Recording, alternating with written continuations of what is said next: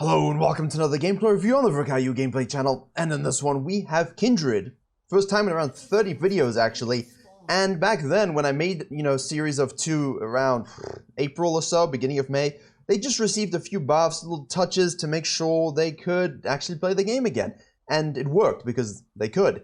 However, never really cracking into that sort of meta-defining champion pool that you know from the Xinqiao and the Nocturnes and the Shakos and the Kha'Zixes and what have you that we've had, but in the high elo range is still performing exquisitely. And if you're a diamond main in Kindred and you're not climbing and you're stuck, it's not Kindred. Kindred isn't limiting you, it's your jungling, so that's at least something good you can isolate and focus on to improve. The problem with Kindred is, not the problem, but the difficulty is finding good high KDA games where it was an even battle and a struggle. Most of the games in Korea, EU West and A, they just, once Kindred takes off, they take off, and the games end in 15, 18, 22 minutes. This one, obviously, against a Xinqiao is a bit more difficult than would otherwise be against a more favorable matchup. Although, you can kite him and deal with him pretty well. I don't usually have a distinctive issue, but, anything that is really, really strong and can all-in you is always going to be a problem, no matter what champion you're playing. Now, you would have seen the runes on your screen now playing Hail of Blades. Well, not now, just a second ago. Hail of Blades. I'm not a fan.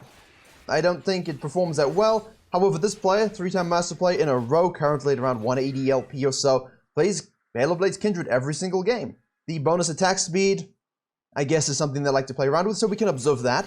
But mostly, I want to have a look at how you can path when things don't inherently go your way all the time. A Kindred main who does well and then snowballs an 18-20 minute victory usually gets gifted kills. You go in an invade now, you get some kills. But as you can see here, we have a beautiful 5 camp. The enemy jungler also started on this side, most likely 5 camp as well. It is a 5 camp meta. I've been saying this ever since the experience nerfs. I made 2 videos, Jungle Tempo and Jungle Roots, talking about the fact that 5 camping is significantly better than a full clear. A full clear is only good if you're a Rengar Fiddle and you can be down by 315 because you want this. And even then, there are inherent downsides. So see those videos for that on the main channel. But in this situation, the Kindred even is doing the Raptors. Now, against champions like this, our map scaling, as you can see, our presence needs to be full-on aware. We currently don't have any sort of ganking. We can't dive this. We know he started here and sequence down. There's no real gank mid lane. Akali, very strong, getting nerfed again. And, no chain CC. So, no chain CC or any CC versus an Akali besides slow and a Pixie is kind of rough to gank for. So, you know that the enemy jungler is going to be here. You know you're going to take this. Now, what a lot of junglers would do in this situation, in the old meta, is that around 4 minutes, you'd have this showing. So if you could potentially crab this, potentially gank this, or potentially dive this, you could counter jungle these, in that situation. But most likely they did Krug, so you'd counter jungle this as well. Now, there's nothing to do, right? Not really gankable. Could try something. Not really gankable, but I think I kind of like the opportunity here. You could probably try something on the Akali, maybe. But the enemy jungler is here, is top tier meta defining, and will destroy you. And your bottom lane's pushing. So we know something's up in this situation. This is where the concept of pathing denial comes into play very, very heavily, you see? The Kindred moves to shadow for a potential mid lane gank. This is good. This is something we talk about, those jungle instincts, right? Going back to base here, but knows the Shin is there, and he's going to try and maybe flank a gank here. And so you just path yourself and put yourself in a position where they will have no idea where you are.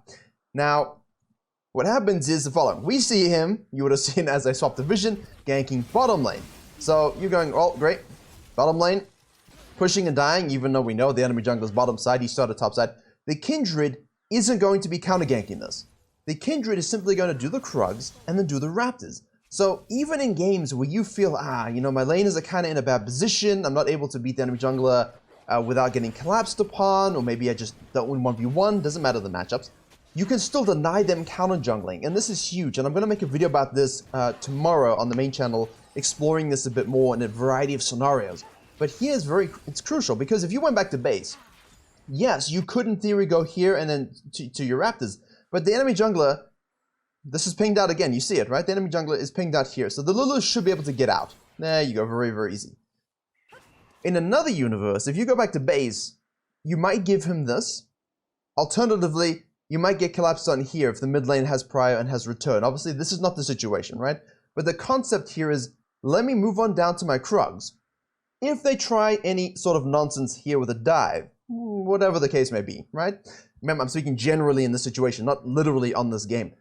You can be here to counter it. Great. Alternatively, you're simply denying the Krugs and you're denying the second spawn of the Raptors.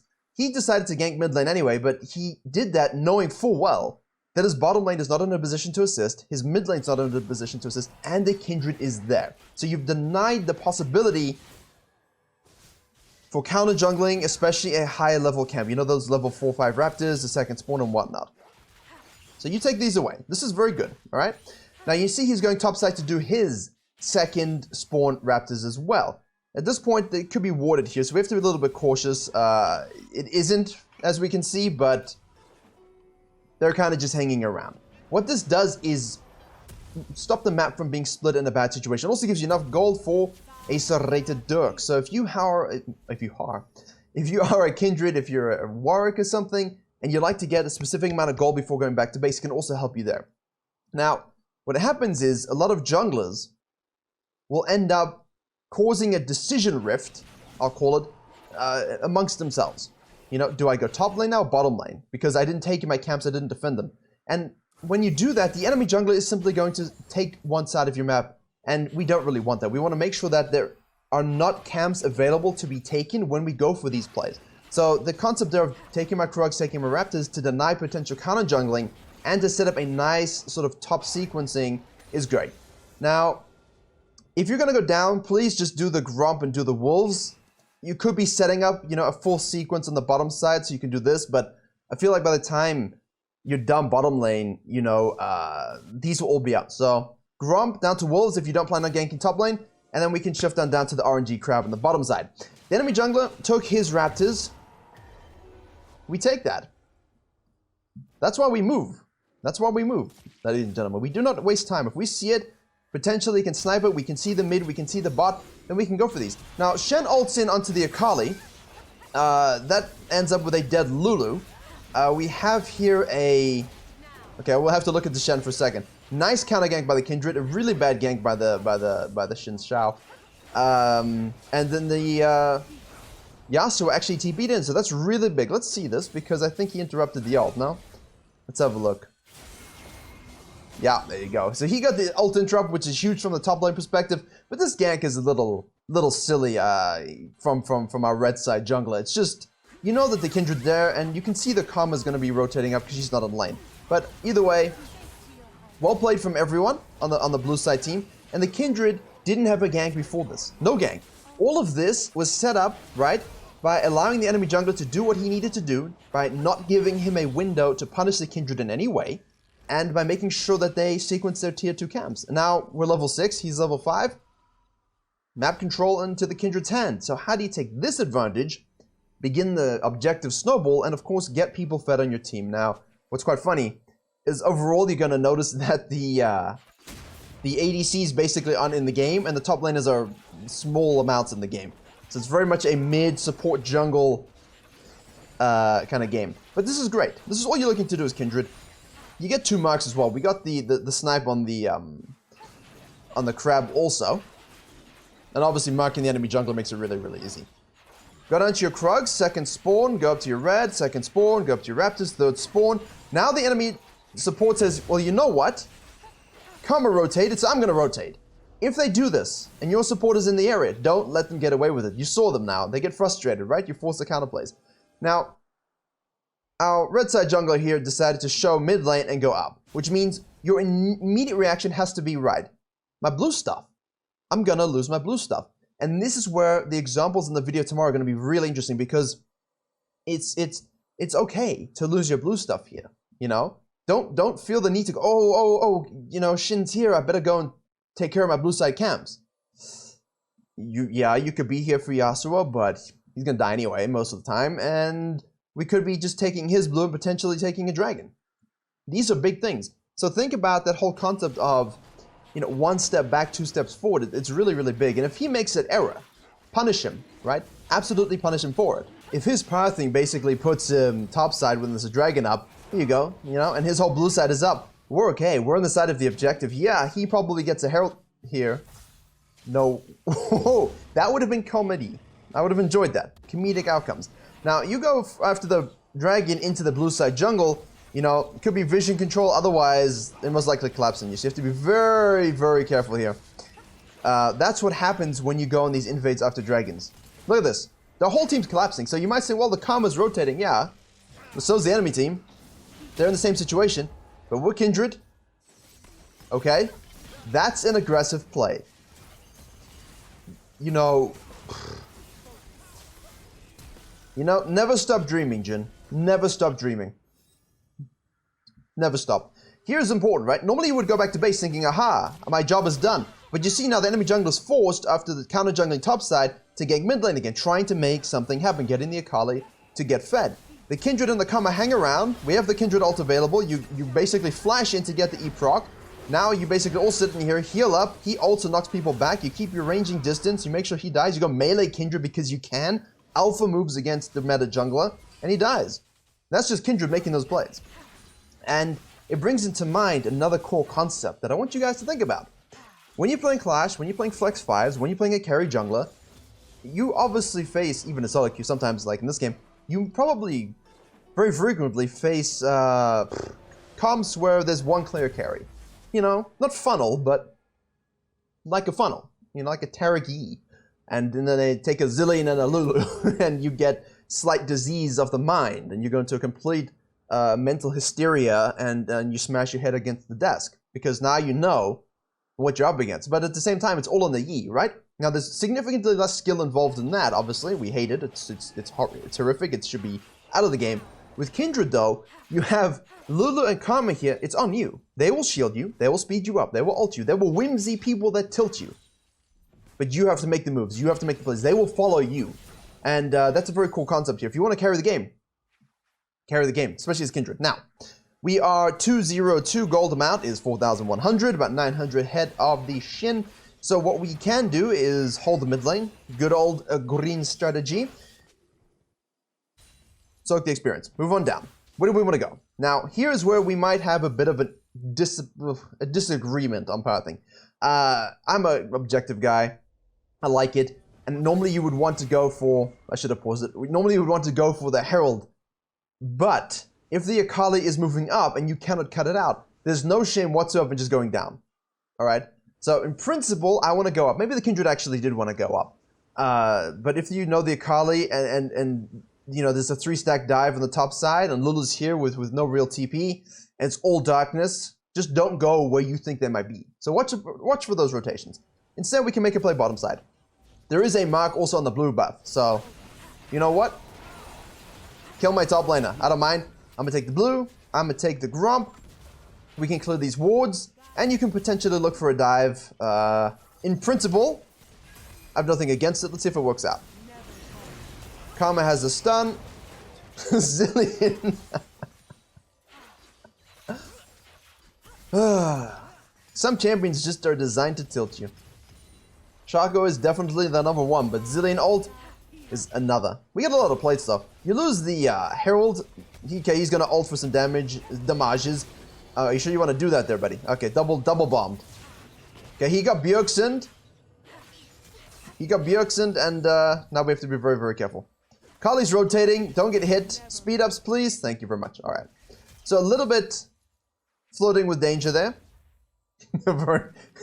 Akali just sees a triple kill waiting to happen. That's fine. Overall, we're good. Take your Krugs. Red buff is spawning and Dragon is spawning. So in theory here you could reset if you've got core atomization. Okay. But obviously saving your red for when you come out of base is usually a good idea. But at the same time, if you anticipate potential invades and losing it, and you've got a bit of time for that dragon spawn, then it's okay to secure.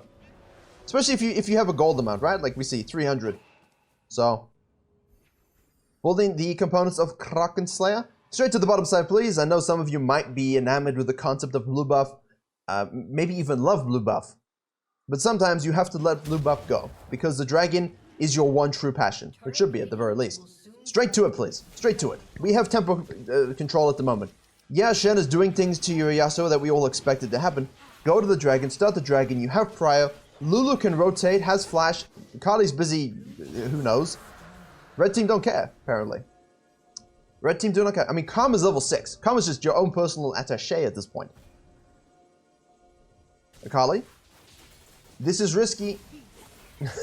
Karma's a very... If you don't have mobility, Karma's very irritating, but I like that.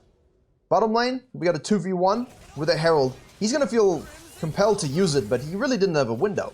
It's kind of wasted though, no? No platings? It's a really terrible Herald. You know they're all on this side of the map as well. This is what you're looking for though. Don't let them... First, deny the enemy jungler any of his goals, which is what the Kindred did. Pathing, counter jungling, and so on.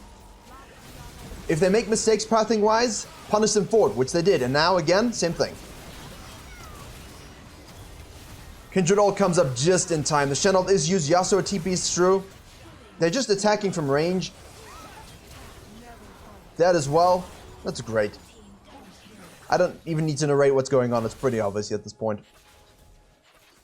Punish bad pathing. Whether it's taking something on the other side of the map, punishing lanes who he's ignored, or just winning a fight that you should win. They should not be there for this fight. Kali is here though, so let's see. Okay, Karma is turning out to be quite useful against her. But nice CP and a really great Kindred ult. Really great Kindred ult. And then we're just sitting, look at this, not untouched, just sitting in the back line, getting shielded and sped up. Beautiful. Lulu has TP as well, so if anything does go down here, we do have some sort of macro control. And people will say to me now, hold up, if I want to do this as Kindred, my top laners don't rotate, they don't TP. I had a silver 2, gold 4, silver 1, gold 4 coaching the other day, and the Riven was busy walking to lane, TP from here down to a dragon fight to help with Fiddlesticks. Gold 4. And after that, they got a, as you observe, after that they got a dragon. And rotated down later on as well, you know? But in this situation, if you're the Kindred, you know, top laners help out, and they decide to overcommit here, they never expect you to hang around. I love this. When it's good though. Right? When it's good, it's good. It makes sense. Like, we have a lot of gold here, but there's nothing really else to be done on the map. There's no objectives. There's no objectives. There's no tower pressure. Everyone wants to reset. They're overcommitting on the Ezreal, thinking he's overstayed. But you're here, you can hang around and then make sure you kill them and get out. Don't, with like 4,000 gold before Dragon, go and do this and die. Because they have spent their gold and things like this. That too happened in the coaching. So, live and learn. Right, now, 60 minutes in with 6-0-2, basically the absolute dream. We want to make sure we level 11 the next time we use ultimate. There's no objectives on the map, so let's farm it up a little bit. Wait for our map to kind of pressure out a little bit. We can shatter the mid lane here. Very good. Use your Q, use your good pathing, hug the walls, check where they are. Ah, you're on Krugs, good sir. Don't care, didn't ask. And just hang around. There's no camps to farm, right? You're looking for a play now. You have Kraken Slayer, you have that early lethality we talked about, really, really good on Kindred. If someone overpushes in the side lane, take care of business. You don't need your Karma there, right? People can say, well, you have a Karma. Karma didn't even get an assist. Do it yourself. You're really fed. Karma's just is following you around. It's quite cute. Wall hop. Enemy jungler mid lane. Zillion and Jhin mid lane. Watch them. Take the red in the meantime. Have your support go up. If they don't go up in your elo, doesn't matter. You get this and get out. You saw the K-Drill versus Gurren video on the main channel. Same thing. Like, he didn't wait for his bottom lane or anyone to help him. He just took the red and gets out. There is a dragon spawning in under a minute, so we can easily herald this. This is what we want. We don't mind punishing his bad pathing by getting a dragon and giving him a herald, you know? Because we can use that then to get 2-3 dragons plus the second herald. Out of base, here we go. Shen ult on the Akali. Our top lane is dead again. Akali's 1-4-2. She's kind of look like, you know, one of those people that runs around, looks like they're doing something really useful. They're not really doing anything. See, here we're a bit late because of the herald onto the dragon, but you can fight this. And obviously we can see that they fight it, but I think you should fight this anyway. Look at this. Obviously his ult goes. You can just be melee, Kindred. Look at this.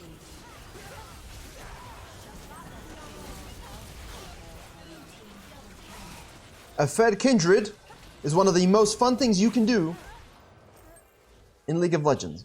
And when you have a Lulu Karma, it's extra fun.